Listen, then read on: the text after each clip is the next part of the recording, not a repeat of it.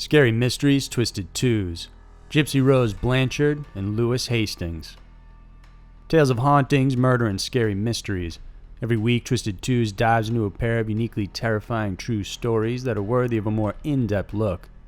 For this week, we focus on a twisted mother and her tortured daughter, and the story of a vicious serial shooter. Get ready for Scary Mysteries Twisted Twos. Number 1. Gypsy Rose Blanchard. Mothers are supposed to take care of their children, but in the case of Gypsy Rose Blanchard and her mother Dee Dee, it was almost nothing like that. They both lived in their Springfield, Missouri home for years when on June 14, 2015, Dee Dee was found dead from multiple stab wounds, lying in a pool of her own blood. Police determined she had been dead for days before she was discovered. Meanwhile, neighbors and friends expressed concern for her daughter, Gypsy Rose, who was, according to Dee Dee, suffering from leukemia, muscular dystrophy, asthma, and only had the mental capacity of a 7-year-old.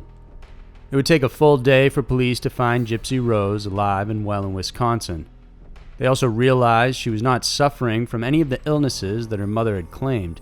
She was also an adult, and now one of the main suspects in her mother's murder. After days without news of her mother's body being discovered, Gypsy thought it best to alert people that something was wrong.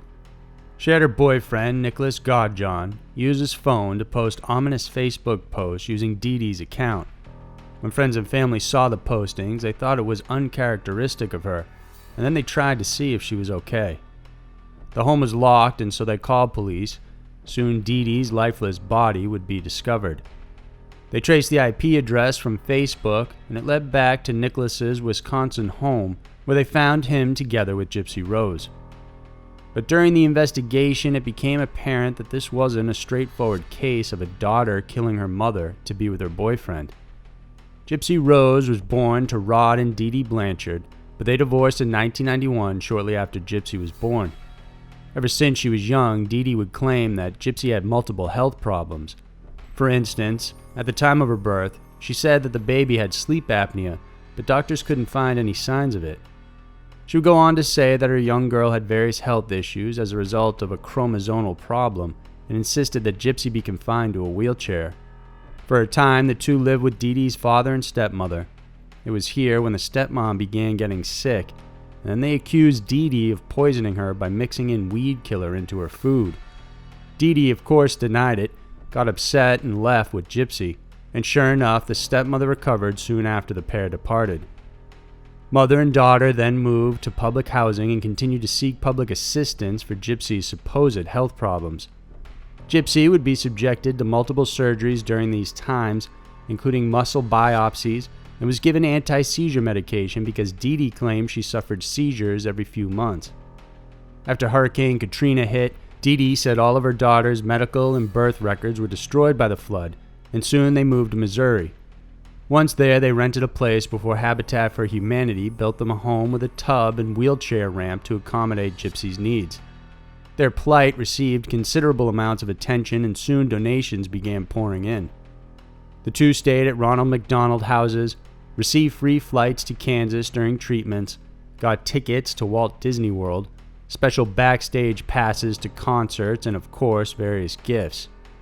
Rod Blanchard consistently sent child support payments to his daughter, but unknown to him, Dee Dee was telling people he was an abusive alcoholic who refused to ever pay the child support.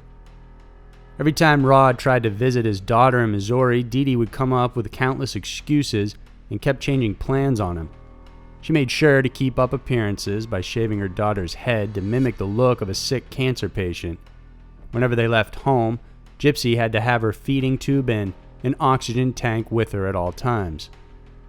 Mom was controlling her daughter's every move and used physical abuse if she ever stepped out of line. By this time, Gypsy had become an adult, even though her physical appearance made her look younger. At least one doctor, Bernardo Flasterstein, suspected Munchausen by proxy because he realized that all the tests and biopsies for Gypsy were negative. When Dee Dee found out about the suspicion, she simply stopped seeing him. Although social services were never informed, police did receive an anonymous tip from a caller asking them to investigate Dee Dee citing she had given false names and birth dates for herself and her daughter. However, this was later dropped after Dee Dee reasoned she did this to hide from her abusive ex-husband. Eventually, Gypsy got fed up with her mother's antics and began seeking independence.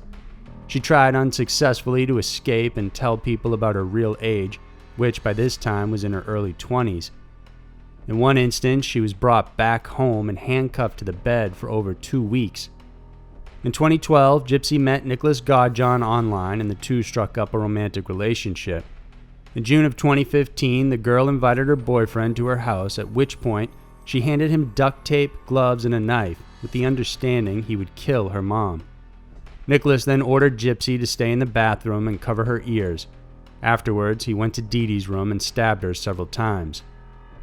Once the murder was complete, the two had sex and took $4,000 in cash before fleeing to a motel just outside of Springfield. Eventually, the two were captured, and the whole plight of Gypsy Rose was exposed. Nicholas was sentenced with first-degree murder, among other charges that are yet to be determined. Gypsy Rose was sentenced with second-degree murder as part of a plea deal and is currently serving 10 years in prison. Number 2. Lewis Hastings. On February 28, 1983, former computer programmer Lewis Hastings went on a shooting rampage in the tiny village of McCarthy, Alaska. Described by his neighbors as a quiet man, Hastings initially grew up in Leawood, Kansas. Since he was young, he had been treated for chronic depression, but his family said he grew up as a caring adult, even offering his time to clean birds affected by an oil spill off the coast of California. He later became a computer programmer and began working at Stanford University in 1975. Several years later, he married a Stanford librarian. By the 80s, the couple quit their jobs and decided to move to Anchorage, Alaska. Both had dreamed of a quiet life in the wilderness, but Hastings grew increasingly troubled by the construction and operation of the Trans-Alaska Pipeline. He believed it was destroying the Alaskan wilderness and decided it was his duty to stop it.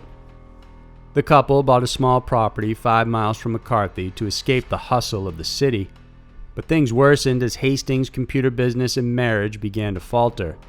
This led to his wife spending most of her time in Anchorage, while Hastings lived alone, isolated in the wilderness home.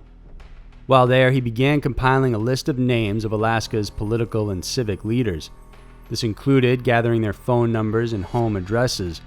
He also collected guns, along with approximately 2,000 rounds of ammunition. The night before the shooting, he spent the night drinking with his neighbor, Chris Richards.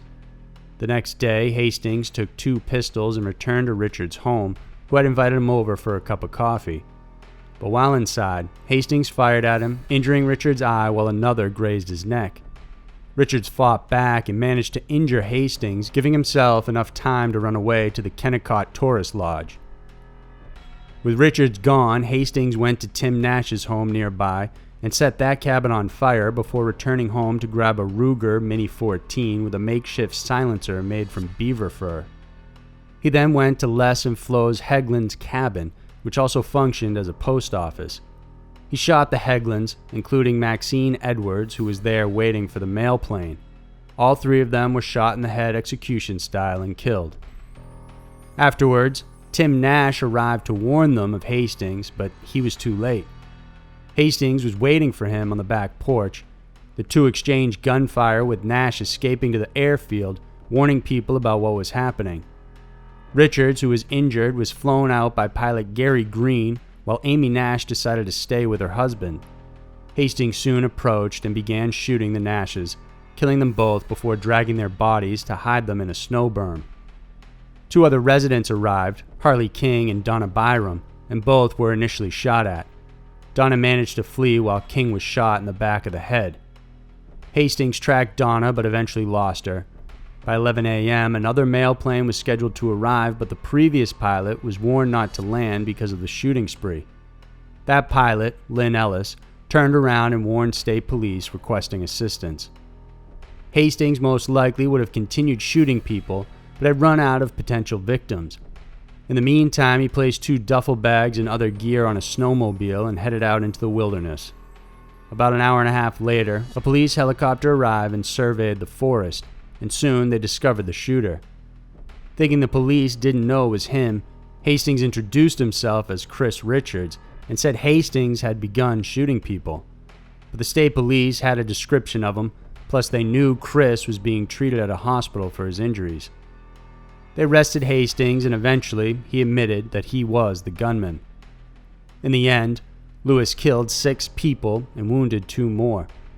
Psychiatrists testified he suffered from a personality disorder where he believed himself to be an exceptional person. He was tried for 6 counts of murder and 2 counts of attempted murder. Because Alaska has no death penalty, he was sentenced to 634 years in prison, 99 years for each first-degree murder victim, and 20 years each for the second-degree murder victims. So these were 2 of the most tragic and murderous stories around. The world can be a crazy place, and Twisted Twos is sure to show you why. If you enjoyed this video, then please remember to subscribe and check out some of our other videos we know you'll love. Thanks for watching, and we'll see you soon.